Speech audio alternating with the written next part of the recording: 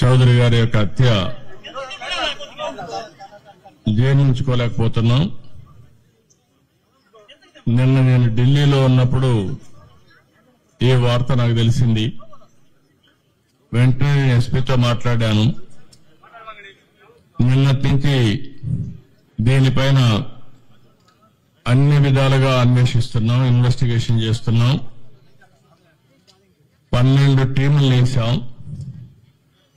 జరిగిన విధానం కూడా చూస్తే చాలా కరుడుగట్టినటువంటి నేరస్తులు కూడా చేయని విధంగా ఈ హత్య చేసే పరిస్థితికి వచ్చారు. 53 చోట్ల కత్తిపోట్లు ఉన్నాయి.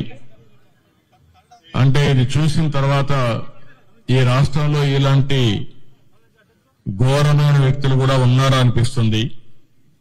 ఏదేమైనా 12 టీంలు పనిచేస్తున్నాయి. వీరయ్య చౌదరి గారు మంచి నాయకుడు, సమర్థవంతమైన వ్యక్తి.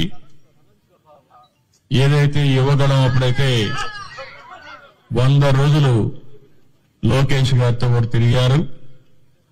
అదే సమయంలో అమరావతి రైతులు పాదయాత్రతో వచ్చేప్పుడు వాళ్ళకి అండగా నిలబడ్డాడు. అంతేకాకుండా పార్టీకి ఒక మంచి నాయకుడిగా, సమర్థవంతమైన వ్యక్తిగా ఇక్కడ పనిచేశాడు. ఈ మండలంలోనే ఒక 10,000 ఓట్ల మెజార్టీ సాధించే పరిస్థితిలో ఆయన ఉన్నాడంటే ఎంత మంచి నాయకుడో మనం అర్థం చేసుకోవాలి. ఆయన ఎన్నికలప్పుడు నేను ఇక్కడ చూడడమే కాకుండా చీరాల కూడా చూసుకోమంటే ఇక్కడ చీరాల 2 సమర్థవంతంగా చేసి 2 గెలిపించే పరిస్థితికి వచ్చారు. అలాంటి మంచి నాయకుడిని రోజు కోల్పోవడం చాలా బాధేస్తుంది. అదే సమయంలో తెలుగుదేశం ప్రభుత్వంలో ఇలాంటి ఘోరాలు జరగడం చాలా జీర్ణించుకోలేకపోతున్నా. నేను ఒకటే హెచ్చరిస్తున్నా, ఇప్పటికే 12 టీంలు వేశాం.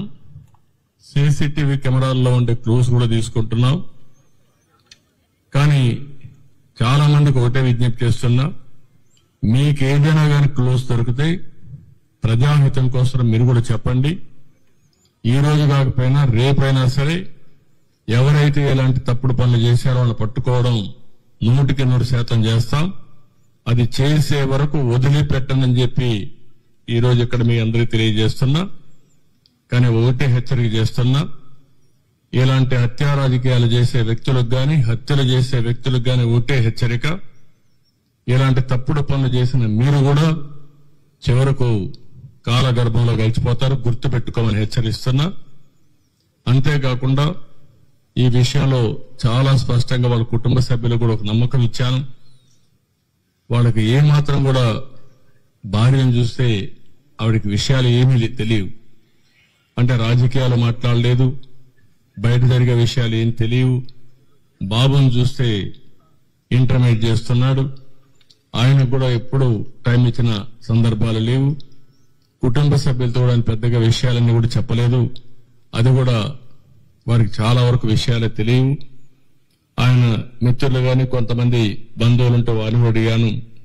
ఆయన దగ్గరుండే డ్రైవర్ని అడిగాను. అదే మరి ఆఫీసులో పనిచేసి అతను అడిగాం. నిన్న సంఘటన జరిగినప్పుడు ఆఫీసులో అతనితో ఉన్నటువంటి వ్యక్తి కూడా గట్టిగా అతను మెడ మీద కత్తి పెట్టి బెదిరించి యథేచ్ఛగా వీళ్ళు చేసే పరిస్థితికి వస్తే వాళ్ళని ఏమైనా గుర్తుపట్టగలుగుతామంటే ముసుగేసుకొని చేశారని చెప్పి అంటున్నారు. ఏదేమైనా వాళ్ళ పట్టుకొని తీరడమే కాదు, ఎవరైతే ఇంత ఘోరం చేశారో అలాంటి వ్యక్తులకు కఠిన శిక్ష వేసి, ఏదైతే వీరయ్య చౌదరి గారికి ఆత్మకు శాంతి కలగాలంటే అది ఒకటే మార్గం. మంచి నాయకుడు, సమర్థవంతమైన వ్యక్తి, ఇప్పుడిప్పుడే అంచెలంచెలుగా ఎదుగుతూ భవిష్యత్తు మంచి, మీరు చెప్పినట్టు ఒక పిలిస్తే పలికే నాయకుడు. ఎవరికి ఏ కష్టం వచ్చినా వాళ్లకు న్యాయం చేసే వరకు అధికార యంత్రాంగంతోనే కాకుండా కోర్టు కూడా వెళ్లి పరిష్కారం చేయడం కోసం అన్ని విధాల ప్రయత్నం చేస్తూనే ఉన్నాడు. అదే ఎవరన్నా మీకు కూడా చెప్తున్నా, ఆయన శ్రేయోభిలాషులు అందరినీ కోరుతున్నా, మీ దగ్గర కూడా సమాచారం ఉంటే మీరు ఇవ్వండి. దుర్మార్గులు ఘోరంగా చేశారు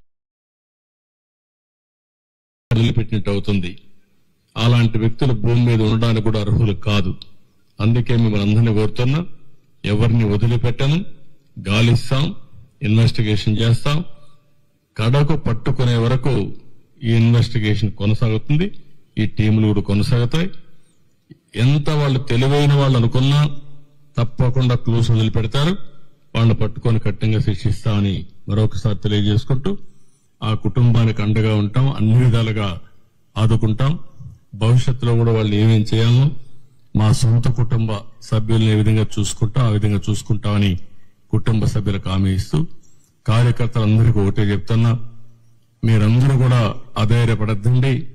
పార్టీ కుటుంబ పెద్దగా నేనున్నా, నేను అండగా ఉంటా.